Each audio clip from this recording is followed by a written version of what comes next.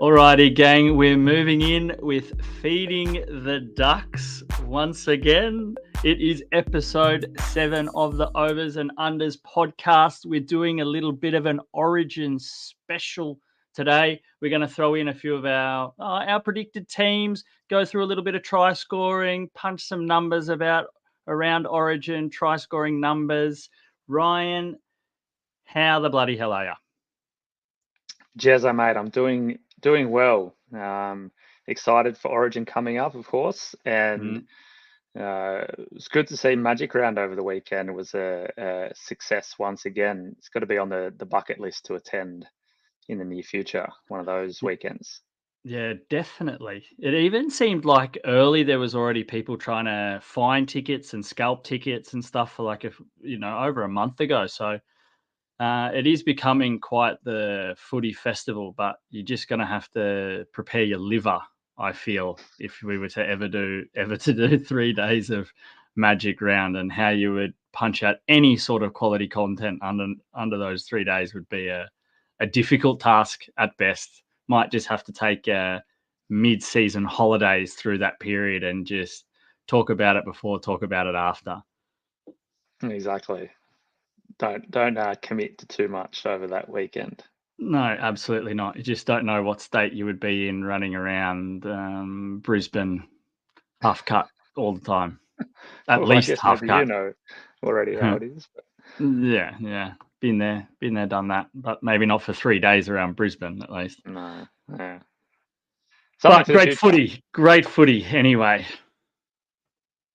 Ryan, yeah. So topic of today, really, we want to dive into Origin. It's crept up fairly quickly, I feel, in my opinion. And this year has a real big twist. So many injuries already coming into Origin. You got the likes of first you got like Cleary out, Tom Trbojevic, as usual. Cam Munster gone now.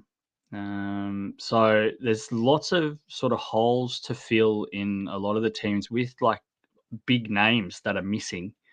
So yeah, we've tried to put together our starting 13, first 17. But it wasn't easy, really. I think, especially with the New South Wales team, it seems really, really tough there's no sort of clear cut picks, really, besides like a couple of positions, like maybe Isaiah Yeo, Payne Haas, and now the lock probably is Nico Hines in at halfback. But do you want to throw a few of your selections at me first, and then we Well, can discuss a little bit, or how do I you was thinking I was feel? more How like kind of confident are you? pick apart your team a little bit.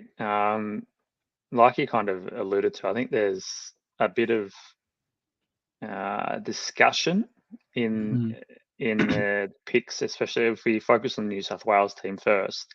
Yeah. They're coming into this with a new coach, and there's been you remember how much talk there was around Brad Fittler's choices in the squad and in the teams in the years that he coached.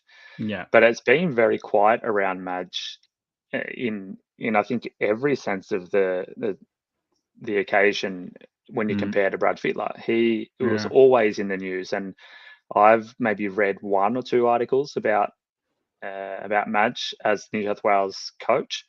It's possibly that it is a lot more going on in Australia, but it's not reaching us here at least. And that No. kind of puts me in a situation whereas I don't really know where the selectors are kind of heading. And I'm not even entirely sure if it's still the same selection panel as it was under Brad Fittler's regime. Mm. But you got some guys that are in good current form. So you look at maybe Zach Lomax, Appy Coruscant, he's kind of both in form and the incumbent, but Dylan Edwards, and you think, Mm. okay, well, these guys going to be the ones that are pushing or should be in the team based on their current form, or are they going to go with so many injuries and with so much kind of instability around the team in general? Mm. They're going to go for the more kind of the incumbent guys that have been there and done it to settle the nerves for maybe the one or two they have no other option than to bring in. Yeah, I think that is the hardest thing, is finding that balance, especially when you're looking at players that are in form and players that are out of form that may have been in the team for a while. But I'll throw my New South Wales 17 out there, and then we can dissect it a little bit and give our opinions about it. I have James Tedesco at number 1. Got Brian To'o on the wing. I've got Zach Lomax in the centres, Latrell Mitchell also in the centres, and Dylan Edwards on the other wing. We'll fire straight through. Matt Burton at 6, Nico Hines at 7, Payne Huss at 8, Appy Coruscant at 9, Regan Campbell-Gillard at 10, Liam Martin and Angus Crichton in the back row, and Isaiah Yeo at lock.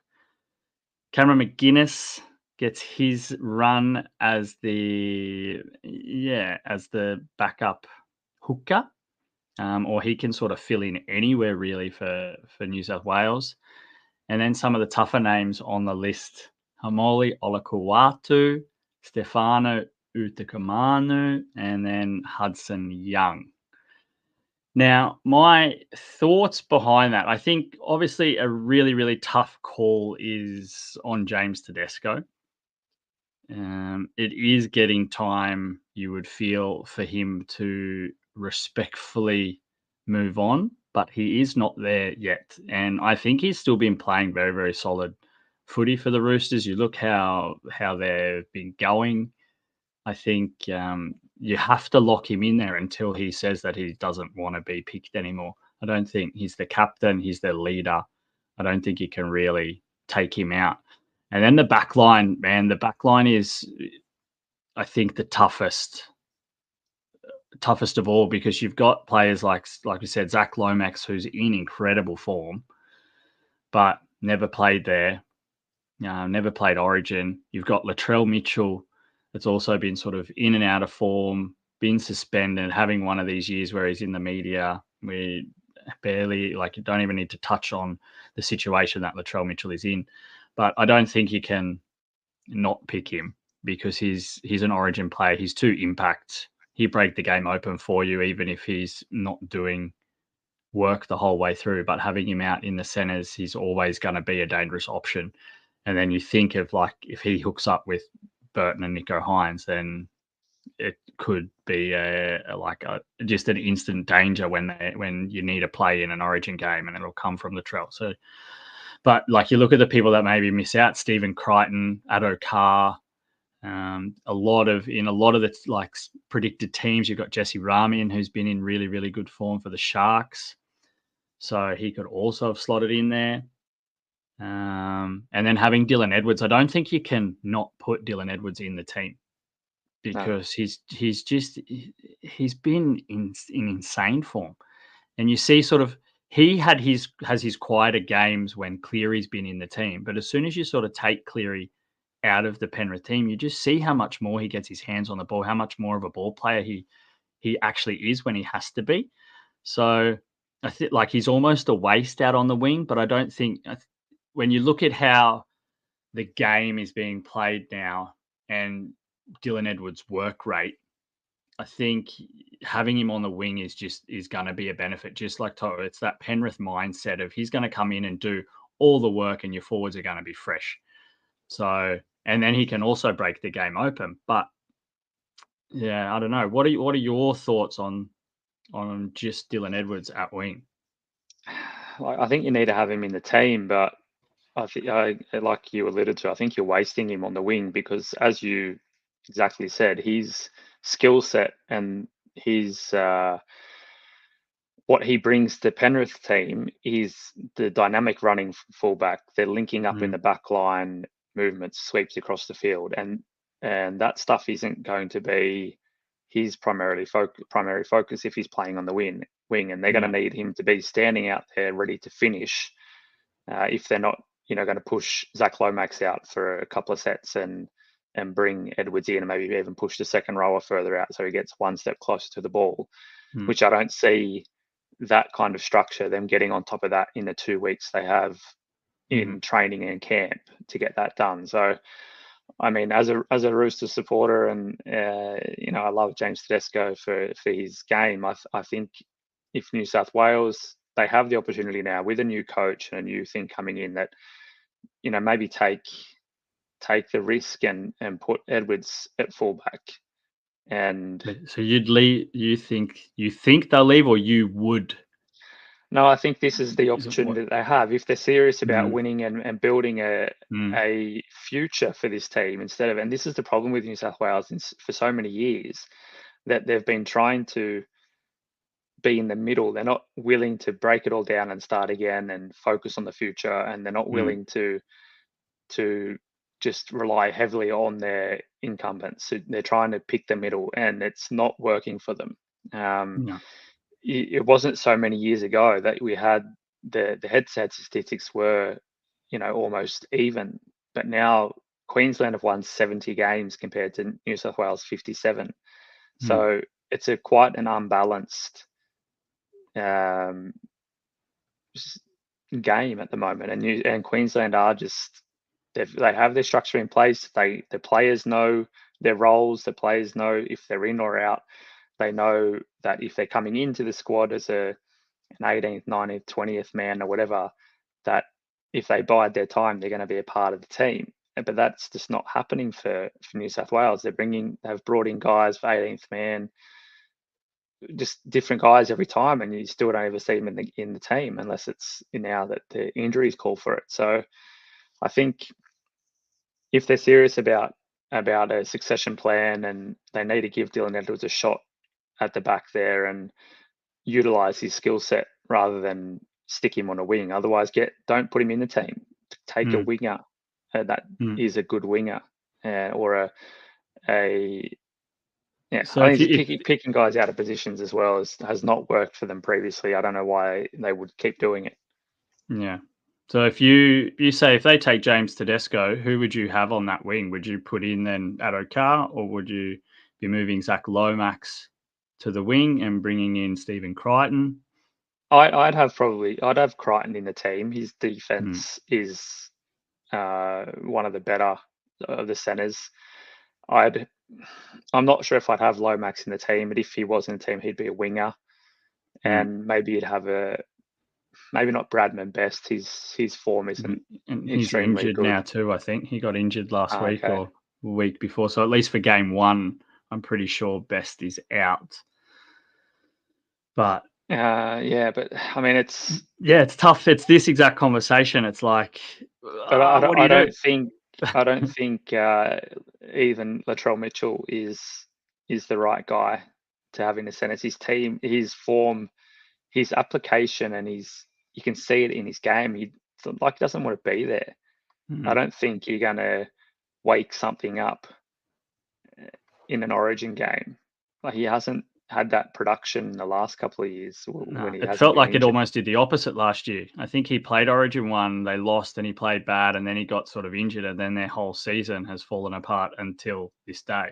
Like, Mm, it sort of felt like exactly after this Origin period time where Latrell Mitchell sort of just fell off the planet. yeah. But yeah. But anyway, like going into the halves, do you think the lock of the halves now is Burton at 6 and Nico Hines at 7, or where does Jerome Luai fit into this conversation now that Cleary's out?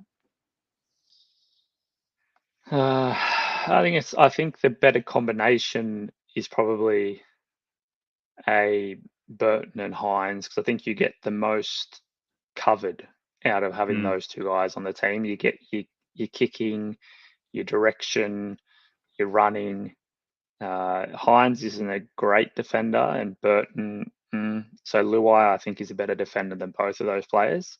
mm, But if you have a good center, a good defensive center, and a good defensive second rower, then maybe you can hide them a little bit mm, in that, because their attacking stats or attacking presence is a lot more important in the game where we don't have really anything. mm, So I think in that aspect, it's probably going to be these two guys.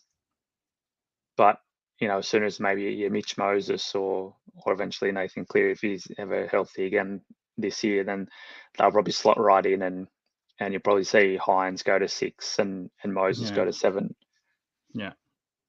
Because, I don't think at the moment, you can't, there should be no question as that Nico Hines has to be in the halves this year, just because he has been the informed half of the team. Anybody that has Supercoach will know that he just drags in points by stats, but he's been, and I think his defensive game has been a little bit better, but when I've watched Sharks games closely, it has been sort of his kicking. He's had a couple of kicks out on the full in sort of key times in games, which you then go, okay, well, Burton's probably going to take the most of the kicking, at least like the distance kicking, but it's they miss that sort of really, really quality game manager, don't they? Like Mitch Moses or Nathan Cleary that can just pick the right kick at the right time, and that it's going to be the right kick at the right time. I think both with Burton and Hines, that game management of their kicking is a little bit out of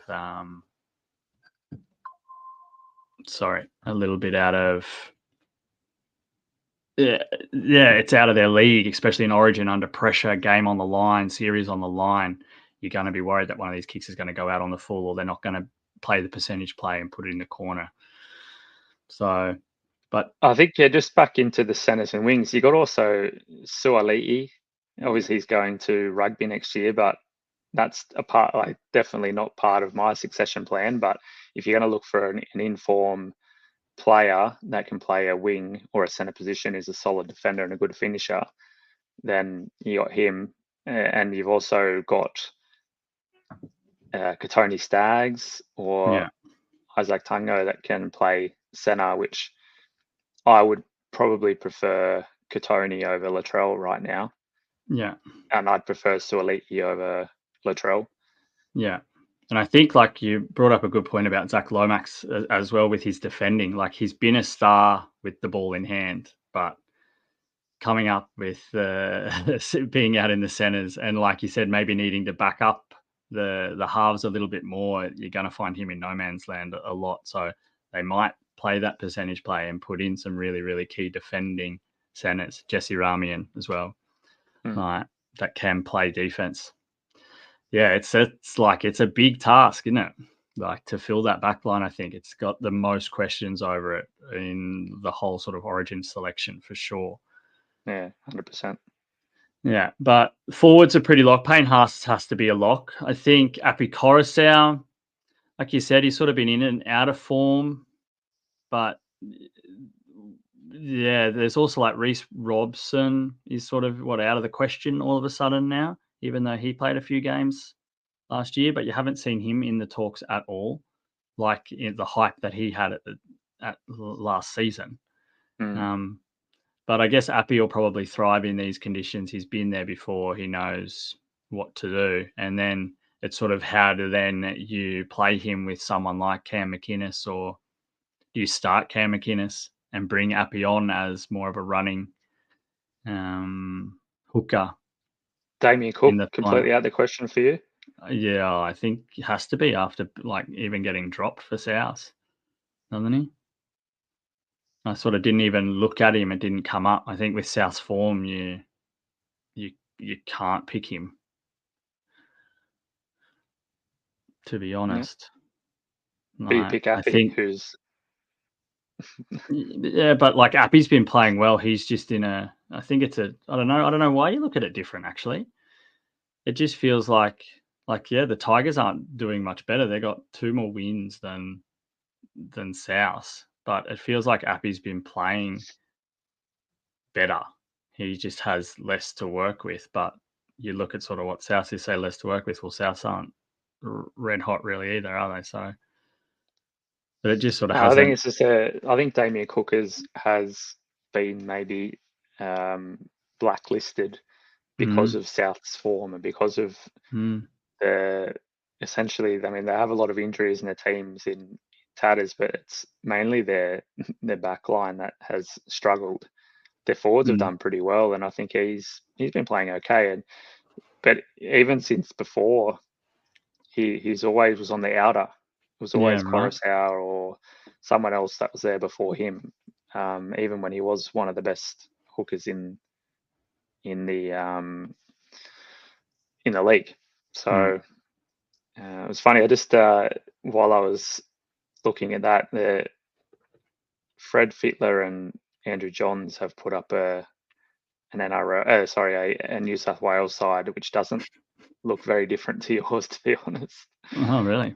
Tedesco, To'o, Mitchell, they got Crichton and Adokar in. Mm. Cody Walker, Martin Hines, Martin Coruscant, Haas, Olakawatu, Crichton, Yo, Campbell Gillard, Burton, Hudson Young, and then Mitch Kenny as the 17. So quite a lot of the same, but maybe that's more of a what's available to you rather than Yeah, it's gonna be really interesting.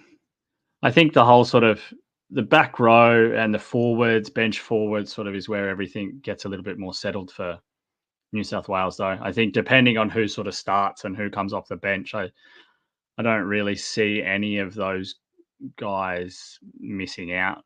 To be honest, is anything that someone else that maybe you would want to throw in there or take out, or?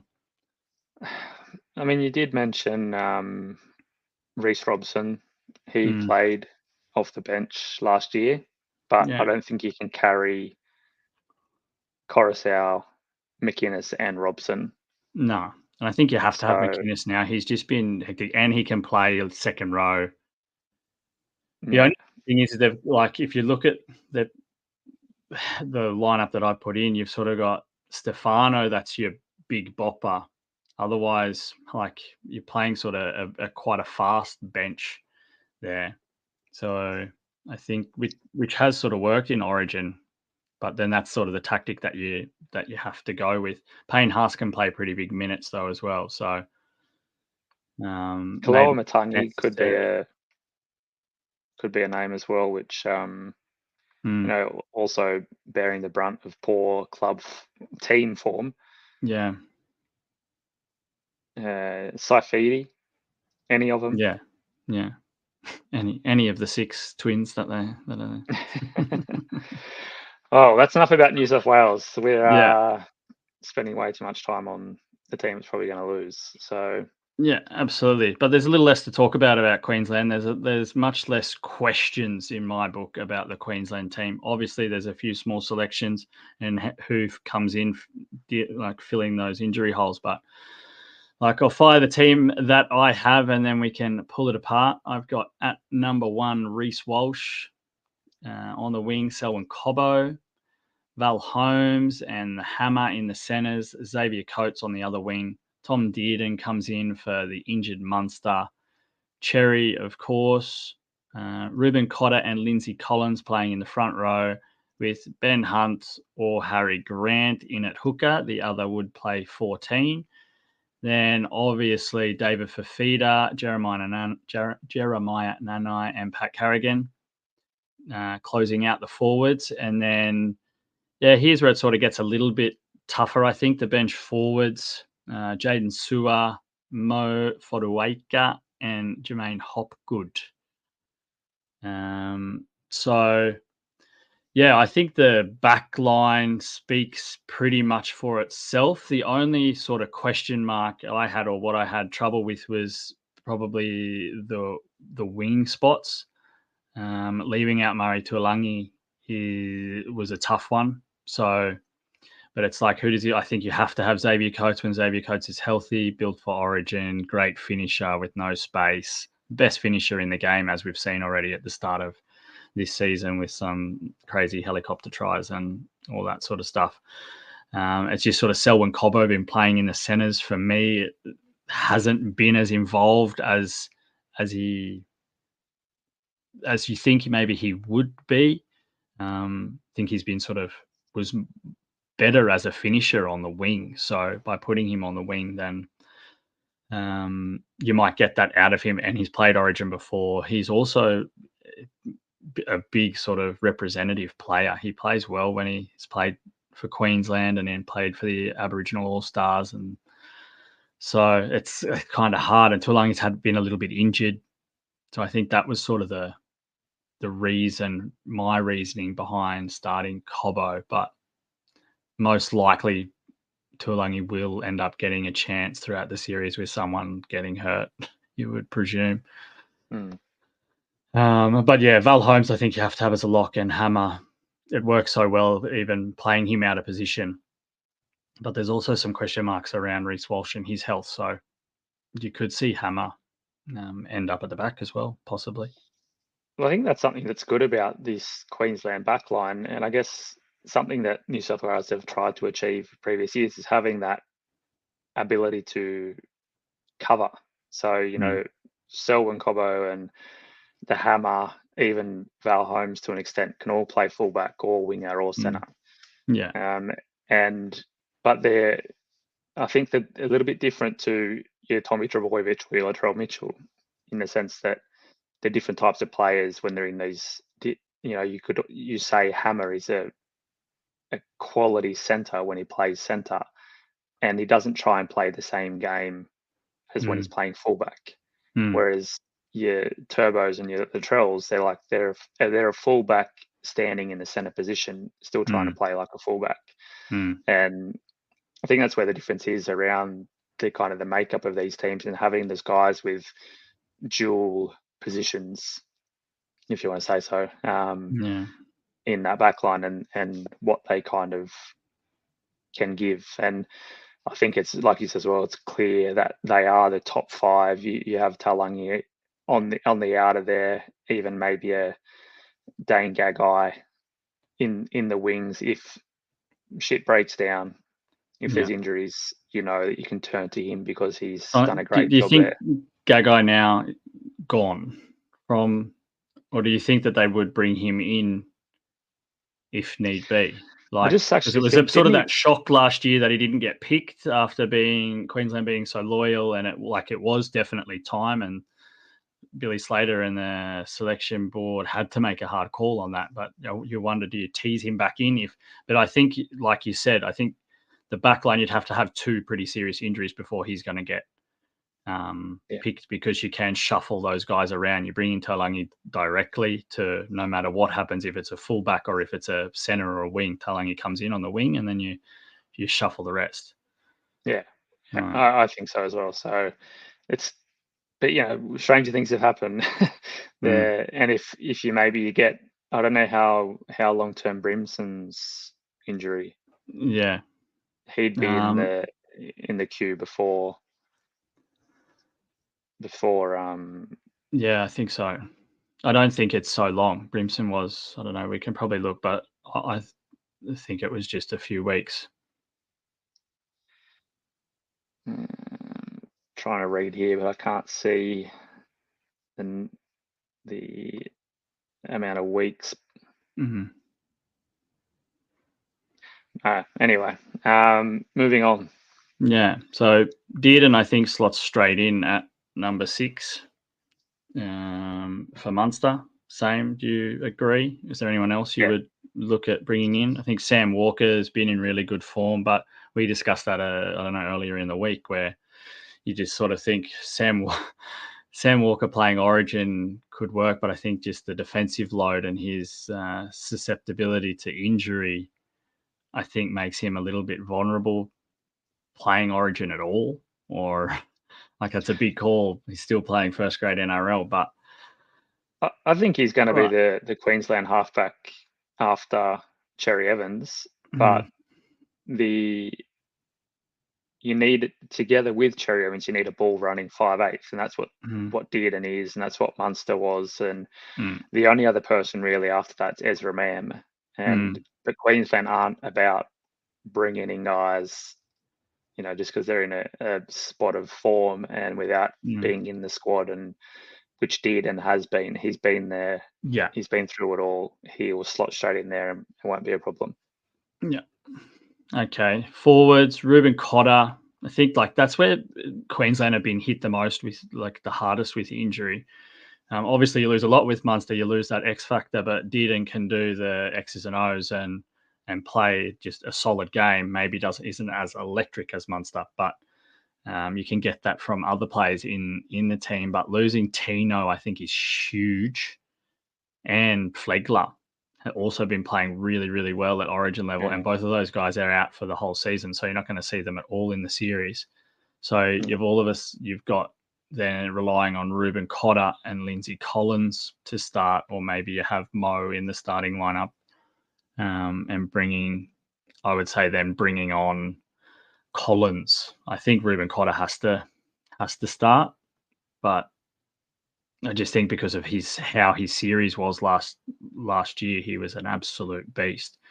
And a little bit like with what we were saying with the New South Wales just having sort of one big front rower, I think with Ruben Cotter, he can play 80 minutes. If he can play 80 minutes at front row is another story, but I think he can play a big chunk of minutes, so you can sort of just cycle that one front rower around and change through there if you wanted to have sort of two little bit sort of more free-flowing back rowers instead. Obviously, a back rower can always come in and play in the front in Origin with the speed of the play the balls and stuff. So yeah, that's it. I think you might see that Ruben Cotter, Pat Carrigan, it's in some teams Jermaine like Hopgood.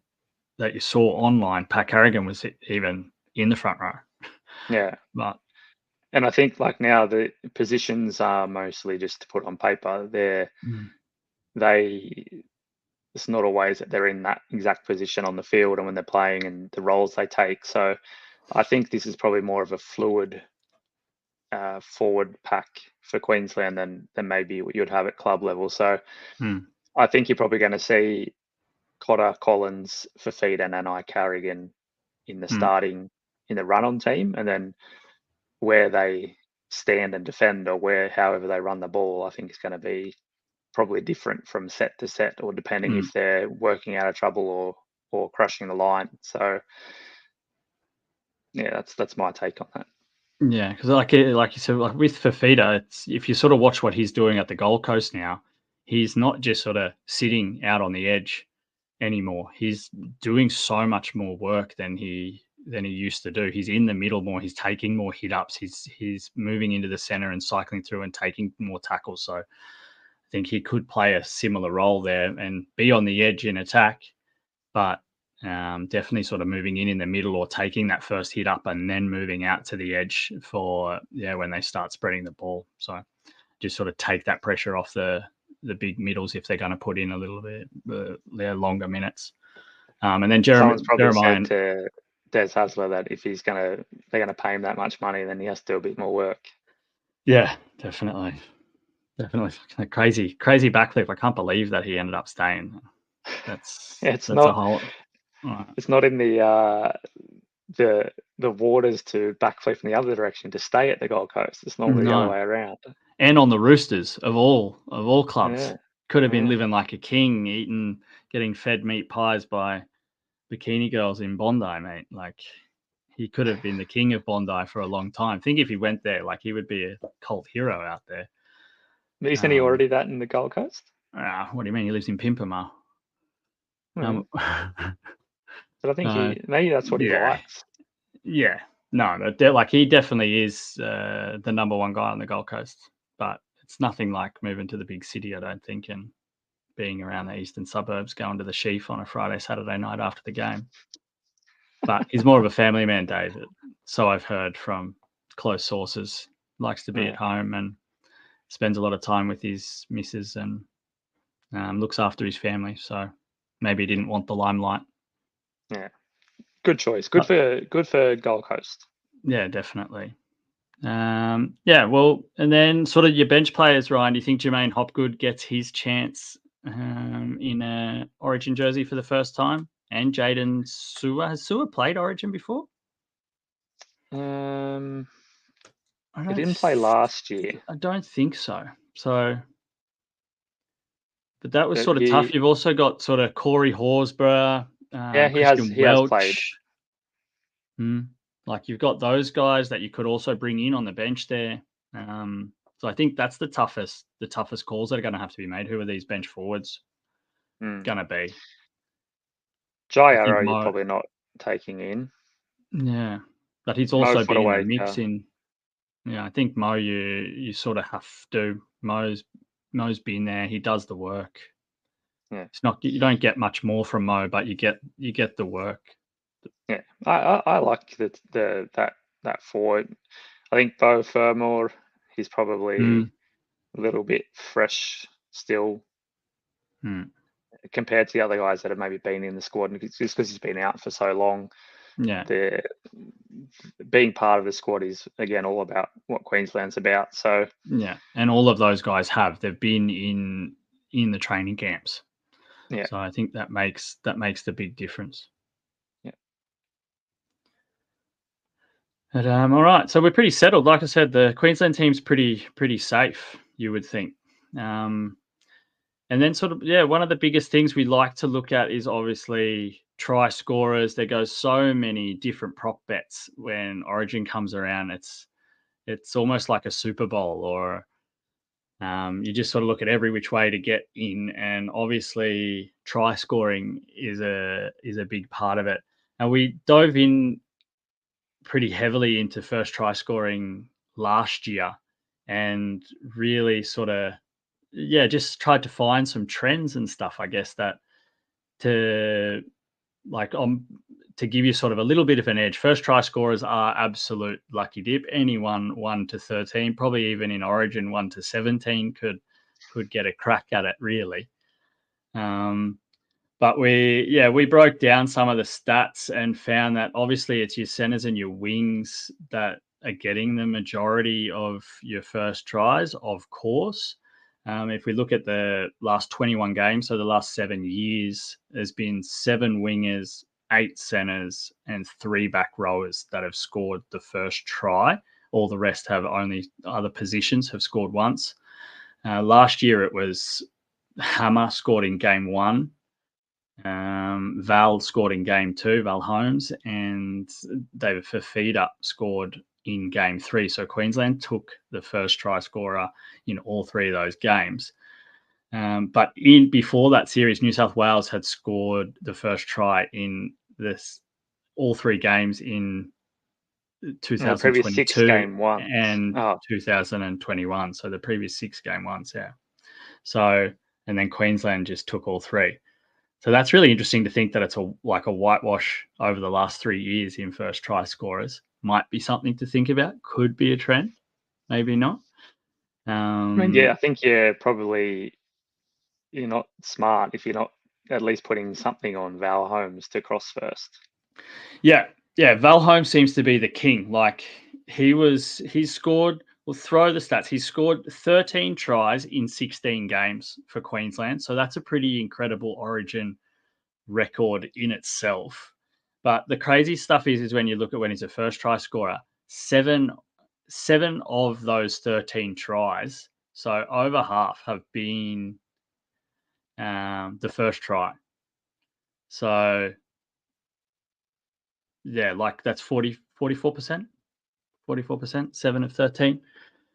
No, that's wrong. No, so what Oh, what you've written here is that he's 7 of the 13 tries, of course, but the first try scored in 16 games, seven yeah, of those 7. So, games. okay. Yes, yes, yes. Sorry. So yeah, so that's pretty intense. And then he's played 6 series for Queensland, and in 5 of those series, so if you're looking maybe for a series long bet, then in 5 of 6 of the series, he's scored the first try in at least one game of those series. So if you go, okay, well, just back Val Holmes in every game as the first try scorer, it should hit in 1 of 3 games, which is definitely Yeah. going to get your money. So pretty crazy, really. Like that's what Val Holmes does. He scores for Queensland. Yeah, and I think if Dearden gets a spot, I would be also looking at him to cross, just the way that he runs and attacks the line, and he's so hard to tackle.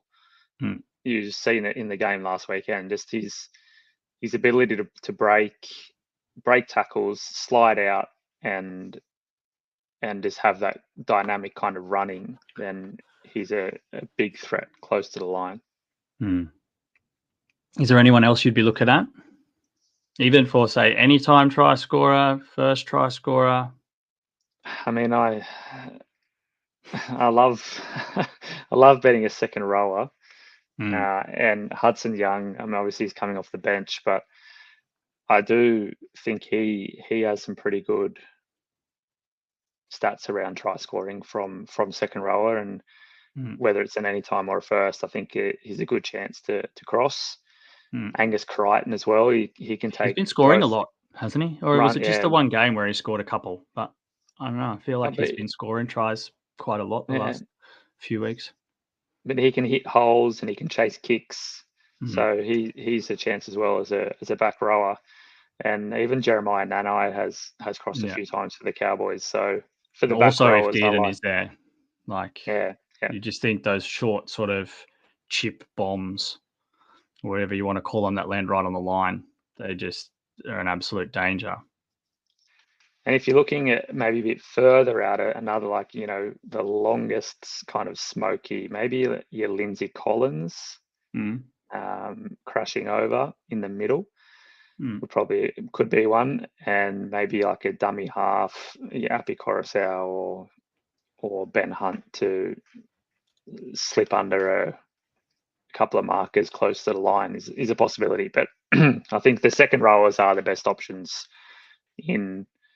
for any time try scorers or a smoky as your first try scorer for Origin. Yeah, definitely. And what are your predictions then for the series, Rhinus? What do you think is going to happen? Well, I was just looking a little bit about how the series is structured this year. So we've got the first game playing at Accor Stadium, and then we have the MCG for game 2. So both of those two are New South Wales home games, and then we finish the series off in Queensland. And the numbers aren't really good for Queensland at Accor. So they've played 31 games there, and they've only won 11. So it's a 35% win rate. Yeah. And say what you want about the teams and the players, Origin's it's a different ballpark. So anything can happen, and I think these statistics carry across multiple. That's even including the dynasty, the 8 years, or whatever it was that Queensland. Yeah, I remember we couldn't win even during the dynasty. We could never win there. So I'm probably looking at New South Wales to clinch the first game, and then with the kind of connection between Queensland and Melbourne with players down there and whatnot, I think probably Queensland will take game 2, and then it'll come down to Suncorp, which Queensland will again win. So, but it's I don't think it's as clear cut as many maybe would think, considering the teams or the players that are on offer, because there are some key outs for Queensland as well, especially in the forwards, as you alluded to, and missing Munster, and if Walsh can't make it. So yeah, I think New South Wales will get the first game. Yeah, I think obviously that first game for me, I've gone Queensland bias 100% and think that Queensland's going to win 3-0. But it is that first game, one, because it's at Accor, and two, I think because of the uncertainty around the New South Wales team. It's very hard to prepare for a game when you don't know how the structure is going to be. And if they flip their team on its head, it's very hard to know how they're going to. Yeah, you might be able to put together their 1 to 13, but how they're actually going to play and the structure and what their tactics are and how Madge is what he's going to bring to the side and what he's going to change is very difficult. You've got nothing to go off.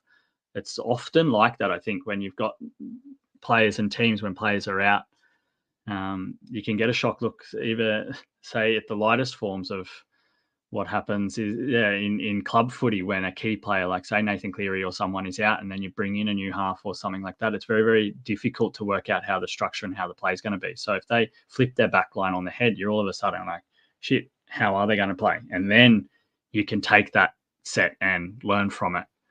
Yeah, exactly. Right. So that is definitely a big danger game one. But Do still you have Queensland premiers. any kind of standouts for a man of the match or a player of the series or one of those kind of future bets? Yeah, like I don't know. I'm locking in a lot to Reece Walsh if he is healthy and plays all 3 games. Just I think that he brings now that X factor that Queensland needs, and I think Billy Slater, like just sort of listening, remembering how Billy Slater was talking about Reece Walsh when it was coming up to the finals and stuff last year. I think he's going to be very, very, very heavily involved in the attack for Queensland, as he should be. So I think he can definitely have one of these series and sort of maybe fill that spark role that maybe Cameron Munster would have had. You're going to see him get the ball a lot and be the guy, maybe not so much scoring the tries, but definitely setting things up and opening things up for the centers and the wingers. So I think he's going to be heavily involved in the attack, but maybe not to score, but be more of a playmaker and make the line breaks and hand it off to others. So, and then otherwise you have to sort of look at some of the big forwards that are going to play big minutes, like once again, sort of Ruben Cotter or even David Fafita, if he plays as well as he's been playing for the Titans and gets a lot of time and does a lot of work, could be a bit of a smoky for play of the series. I What got about one you? last question for you. I have fucking no idea, so I'm not even going to go there. But if either team were to lose convincingly in the first game, Mm. do they make wholesale changes? Or is this a series where you think both teams will just stick it out with what they got and hope for kind of a glow up with their players, or Mm. they, if New South Wales come out and win 30-0 or Queensland come out and win 30-0, is the loser blowing their team up and starting again? I don't think there's much of a risk for it if Queensland were to lose. There's probably always going to be minor changes, and that can also be as simple as some players are injured. Yeah, I'm talking But wholesale. Like, you're taking clean, half the team and you're cleaning them out. like I don't know, it's scary, but like there is a risk for New South Wales if they get pumped. I think definitely, but it's also we don't know how Madge is as a New South Wales coach, and they shouldn't. But that's always the problem that they have, and I think Brad Fittler felt quite a lot the pressure of the media, working in the media himself. But maybe Madge is going to be able to stick to his guns, and they're like, okay, if they make key changes and bring in a lot of players that maybe haven't played before, and make some of these big moves like Dylan Edwards to fullback at the start, they should just keep their team the way it is and go, we ride out this series, we take a licking 3-0, but we're going to be better for it next year and might be able to go on a little bit of a run.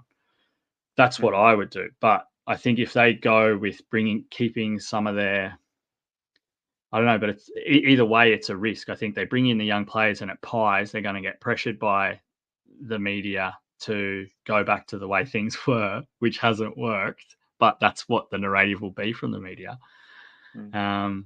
And then, especially if they make some of these big, like if they go the opposite way, I think it can be the same thing. But I think whatever they do, they should stick to their tactic now through the whole series and make some small minor tweaks, absolutely, but don't sort of put in a whole new back five again.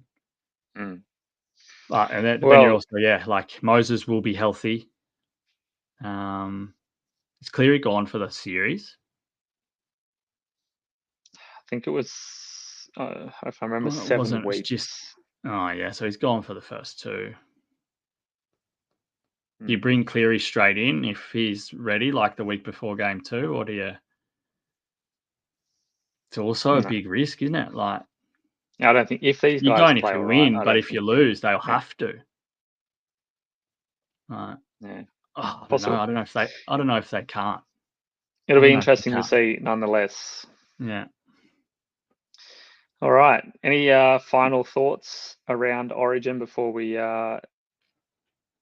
say goodbye to our ducks and feed them on the way home? Nah, I think I'm done with Origin. It'll be exciting. We should maybe do some sort of not watch party, but a bit of a live stream watching the game. Ooh, that would be exciting. Gonna have to wear pants. Oh, I'm not wearing pants now, so But that's what I mean. But if we're live streaming, it feels like we might be up getting a beer, or okay. these people don't need to see that yet. All right. Well, teams will be released, I guess, later this week or after the weekend's games. Yeah, it'd if usually I'm be not on Monday, you mistaken. presume, wouldn't it? Yeah. Jez, have a good afternoon and good You rest of too, the sir. week. We'll I will return again speak to you to soon. the Overs and Unders pod next week. Feed the ducks. Feed the ducks. Feeding those ducks. Bye-bye.